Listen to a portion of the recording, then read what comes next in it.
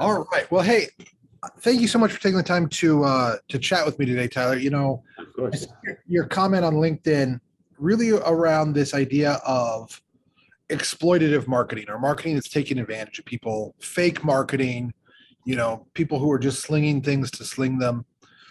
Why don't you kind of introduce yourself a little bit, tell us a little bit about who you are, what you do, and kind of what led you to see this as a problem? Yeah, absolutely. So my name's Tyler Hanson. I own PPC Foundry. We're a Google Ads agency. I'm helping a many amount of different clients. I started about 9 years ago as an in-house marketing director for a few different companies, and then from there, I kind of realized, a lot of the marketing companies we would hire just really sucked. We'd spend a couple grand with them, and I was just like, man, this is terrible. I feel like this is not necessarily easy, but I feel like customer service and doing the right thing, even when no one's looking, is such a big deal, even in business and in life, that I feel like I could address this problem. And I've always liked marketing anyway, and doing Google Ads specifically.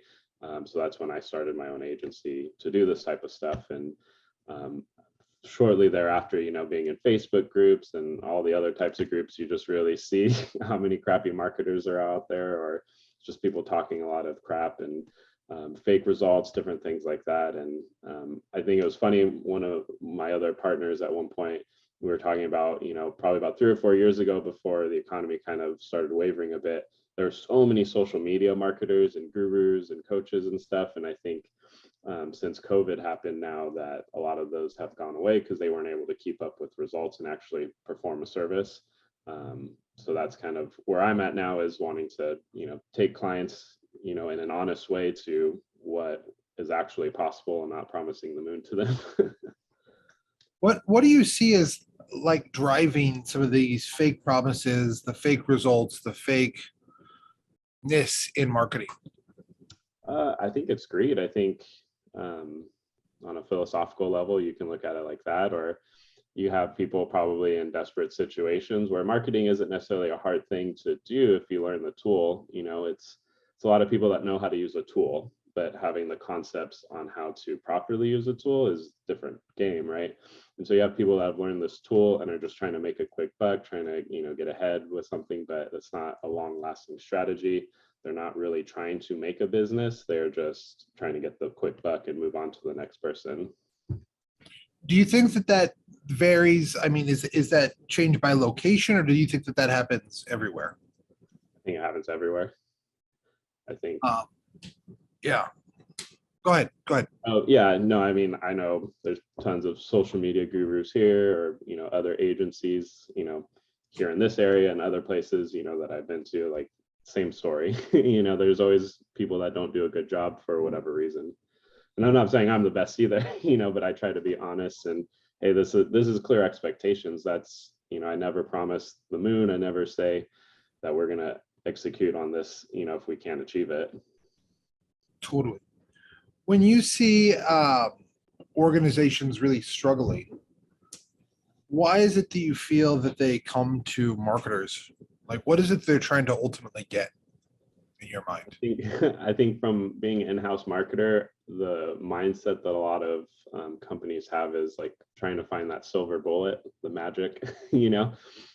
They hear, everyone's heard the stories like, oh yeah, you just use your keywords and you get in there, or we started getting a bunch of leads. Like, just probably within any industry, like, you hear all these like magical stories of people hitting it big, which happens, but that's not necessarily real life.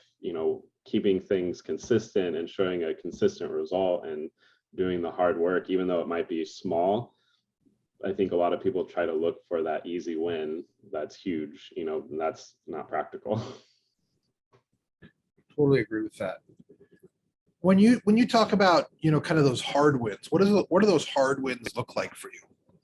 Yeah, it's taking an account, like, for example, like an e-commerce account, and that may have been what I posted there, but an e-commerce account that, trying to get it to a break-even point, and then, okay, now they're a break-even point, how can we continue to do that? And that's the big one that I see in a lot of groups, is people talking about, yeah, we just 20 times their ROAS and month one, which again is possible, but that's not necessarily the practical steps. That's not doing the hard work and taking the foundational pieces of marketing and continue to layer them on over time. And and doing that, but also explaining those expectations and explaining that to the client and helping them understand to see that too. That's such a huge factor in this, and that personal touch that's required in any kind of marketing.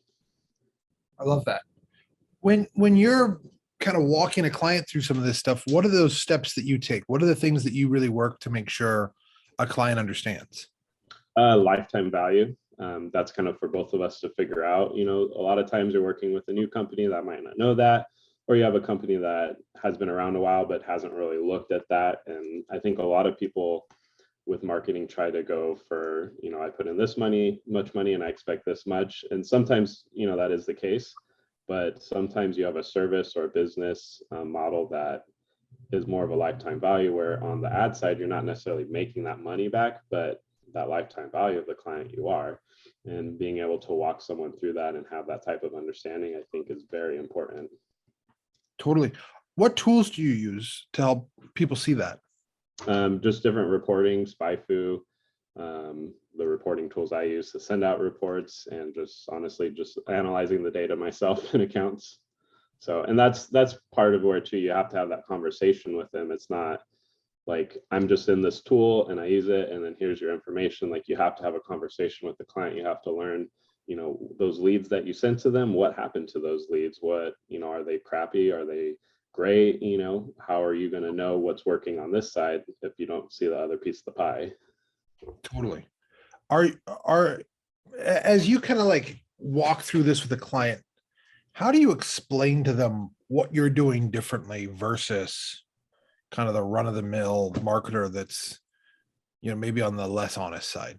Yeah, I think from my experience, I don't consider myself a great salesman at all, but I love talking to people. I love hearing what they have to say. And I think if you just showed like general compassion and like, hey, I care about your business, you know, I want to take this. I know I'm decent at doing this stuff, but let's have a relationship. I think people take that a lot further than people give credit for.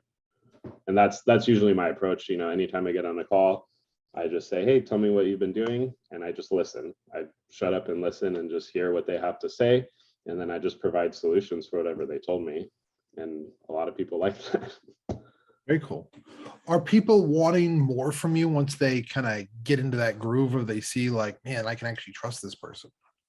Sometimes I think I try to do at the beginning, and I think a lot of people do that, is they want to do everything, be a jack of all trades, and you kind of end up running around doing a bunch of different stuff. That got me into trouble, you know, not performing as well as I could.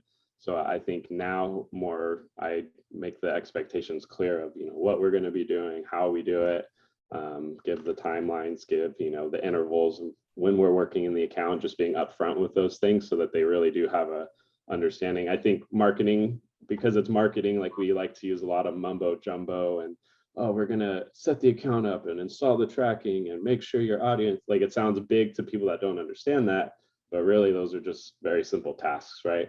And so just being upfront with what we do and how we do it, I think, is what's very important, setting an expectation.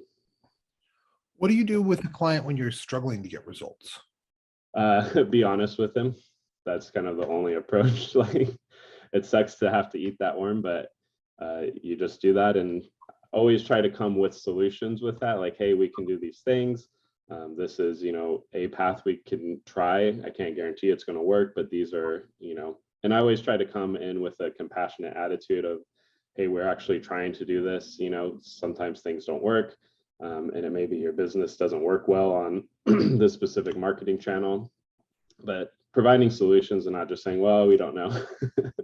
But being honest about that too, not just like, okay, we're going to do it to get a month. I will tell a client, like, sorry, like, we're probably going to end this contract just because it's not working, and I'm not going to continue to take money from you just to have another client. You know, like, it needs to make sense for you guys, and we're at a point now where it's not. So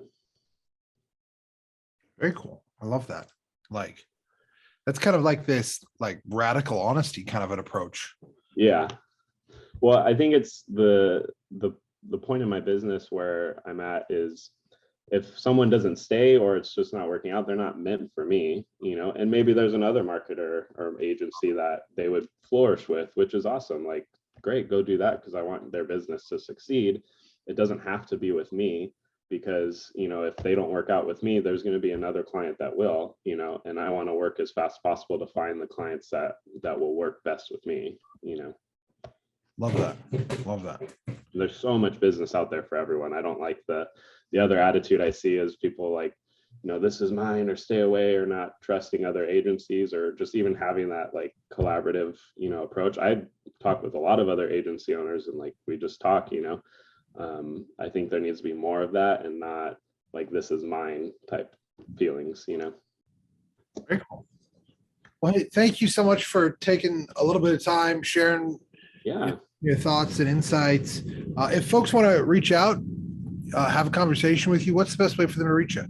Yeah, you can go to our website, ppcfoundry.com, or you can find me on LinkedIn under Tyler Hanson.